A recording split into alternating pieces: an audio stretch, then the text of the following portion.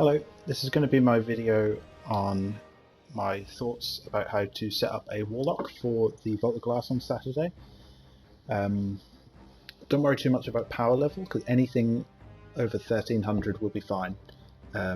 It's contest mode, and you're restricted to 25 power levels under. So this is the build that I used for the Grandmasters last season, aside for the champion mods, which are different this season.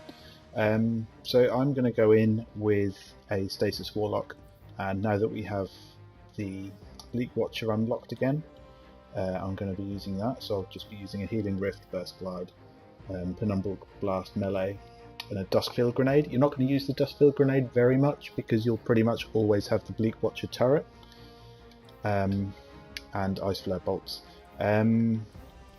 Fragments, I've gone for Hedrons with a gain to bonus damage after freezing a target with stasis, which will be pretty common.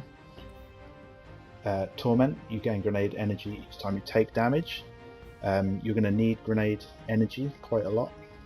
You want to keep on chaining those turrets. Defeating slowed or frozen targets grants you class ability energy. If you can get the mod I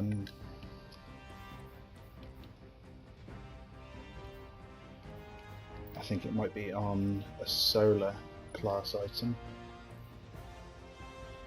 Yeah, reduces grenade cooldown when using your class ability. That would be really good as well for that. So you'll almost chain your rift to get your grenade energy back. And I've also gone for durance as well, just to make the slow from the abilities last longer. Another option is Whisper of Bonds, but I don't really like the -10 intellect and discipline. So I'll probably be sticking with that. Eye of Another World is really strong. It will allow you to just keep on putting turrets out.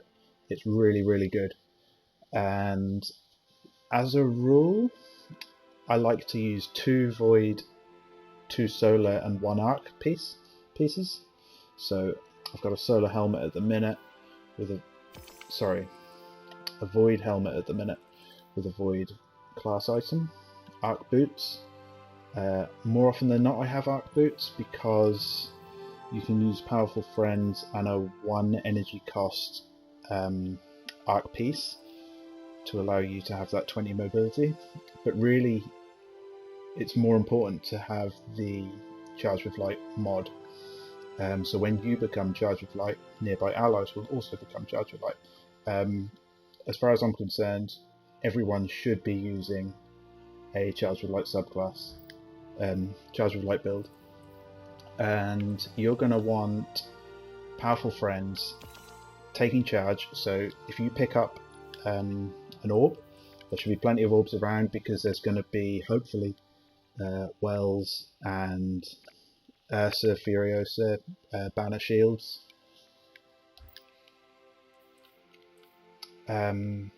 I then use stacks on stacks, so every time you pick up 1 orb you get 2 charges, and with supercharged that will allow you to be charged up to 4, so 2 orbs will charge you 4 times Charged with Light.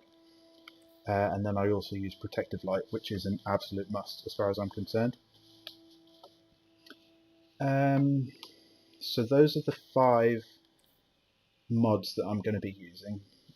You could go for a Warmind build, which I'll cover in a bit, but I think this is far more important because of the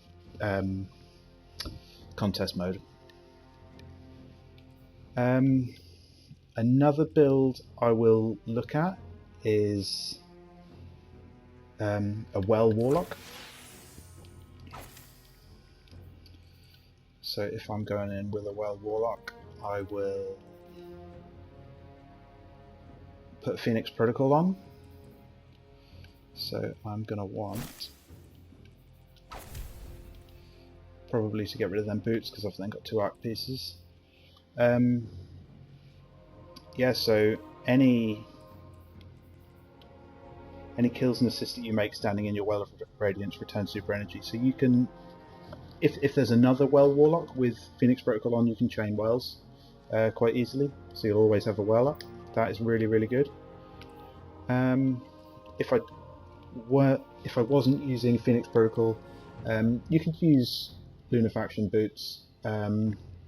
Might not be very good for this because I don't think you're going to be up close and personal with any bosses. So that additional range isn't really going to help you a great deal. I think Phoenix Protocol would be much better. If you were using a Warmind build, yeah, you could use sun braces. But I don't think we're really going to be in a position where we're going to be strong enough to warrant using a Warmind build. I think we're going to need a Charge with Light build. The other option is Stormcaller with Chaos Reach, and obviously you'll use Geomags. Again, I'll probably have to swap some pieces over because they're Void boots. So yeah, I like to use 2 Solar, 2 Void, and 1 Arc as a rule of thumb. If you didn't want to use Chaos Reach, this is probably my favourite build, but it's not. We're not going to have the luxury of being able to use it, I don't think. But it could tie in quite nicely to a Warmind build if you were going to do that. I would go top tree Void Walker with which one? Chaos Accelerants to overcharge your grenade. You will then use Controverse Hold. So you'll supercharge your grenade, you'll put your grenade down on either loads of ads or a champion, and the more damage that you do with your grenade, the quicker it'll charge. So you'll get so much grenade energy back. You'll almost always have supercharged grenades. It's really, really strong. I think that was all the exotics that I was planning on bringing.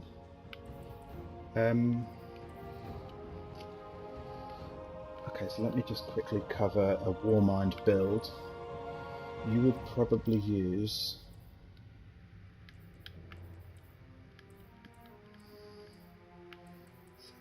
just need to change that to Void. Okay, so I'm back to 2. You could use 3 Solar because you could in fact use Rage of the Warmind,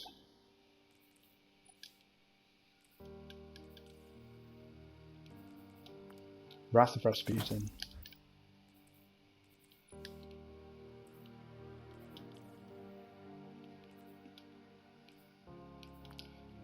Burning Cells, and then probably ditch Powerful Friends and go for Global Reach.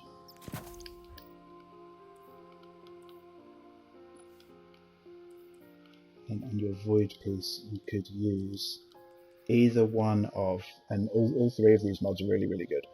Cellular Suppression, so you damage a Warmind cell, and it will basically create a blast that stuns all ads. So you're not really going to go in and destroy your Warmind cell. You're just going to kind of shoot it to suppress everyone, so you can then pick them off easily. Power of Rasputin, so any enemies that are nearby to your Warmind cell, you'll get a 20% damage increase. Or I forgot where it is. Oh, Warmind's Protection. So you take 20% less damage from enemies near a Warmind cell.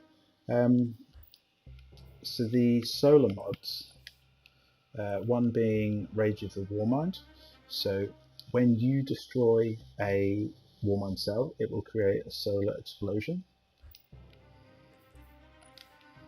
You'll then have Wrath of Rasputin. Solar splash damage created by your Warmind cell explosion will create Warmind cells. So they will chain. It's not as common in high level content because the enemies are a lot tougher. When the enemies are weaker, basically they all blow up and you'll get a couple of Warmind cells drop. Really, really strong build for strikes, but maybe not so much a contest modifier raid, or a Grandmaster for that matter. And burning cells are also really good. So if the enemies don't die from your Warmind explosion, they'll just burn, and yeah, they'll have less health for you to go and kill them. For weapons I'm going to bring in, I will be bringing in Succession, because it's high impact, does a lot of damage with Major Spec. I generally put Major Spec on everything I can. Unfortunately, we don't have Anti-Barrier Sniper this season, but I'm not anticipating there'll be too many champions. There'll be a few, but not loads. Night Watch Kinetic Scout Rifle. I'll also bring in Trustee as an energy scout rifle,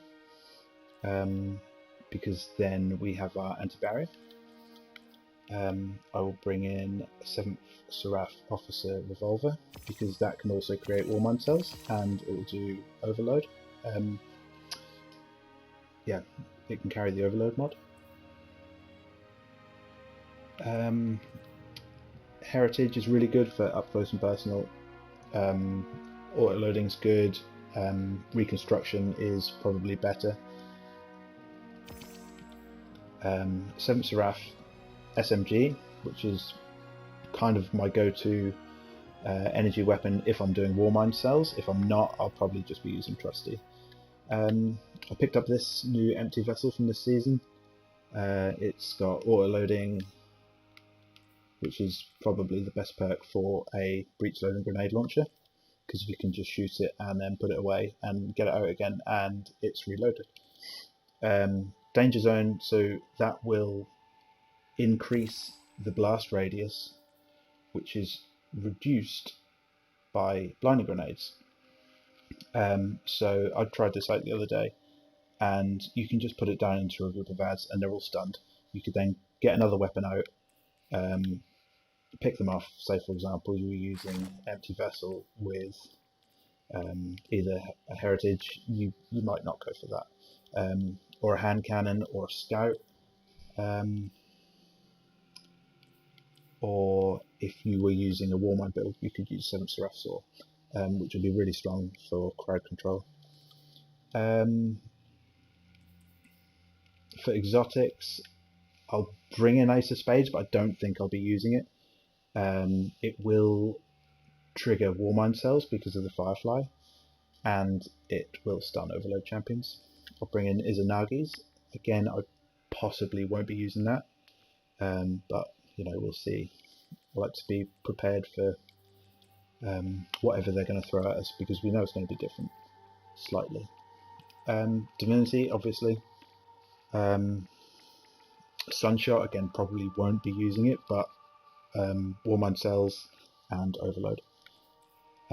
For heavy weapons, I'll be bringing Anarchy, which is really, really good because you can just put Anarchy on something and then switch to, say, your sniper, and just keep shooting. And then when the Anarchy shots run out, you can just get it out, pop it again, go back to your sniper.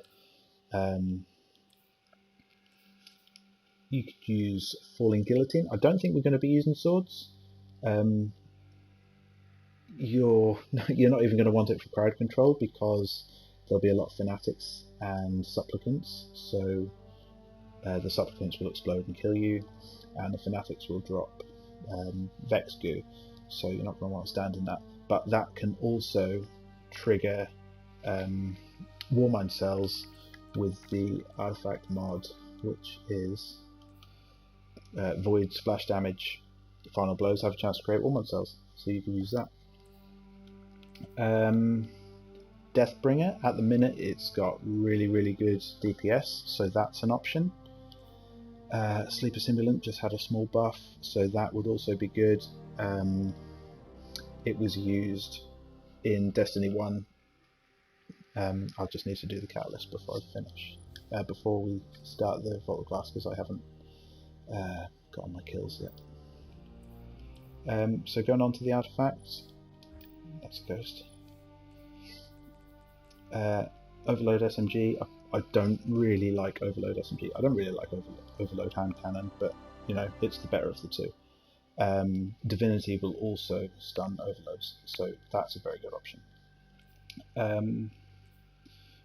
We won't have Unstoppables because it's Vex, unless they surprise us with an Unstoppable Wyvern, which doesn't sound appealing at all.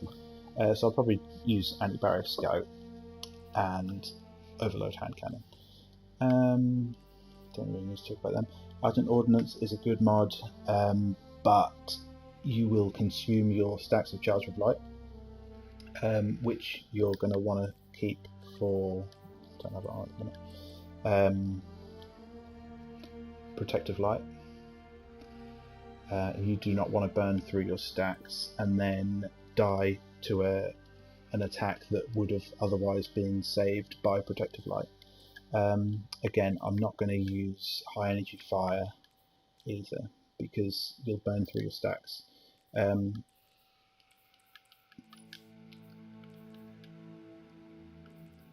Some of these I've just picked just to unlock to the next slot.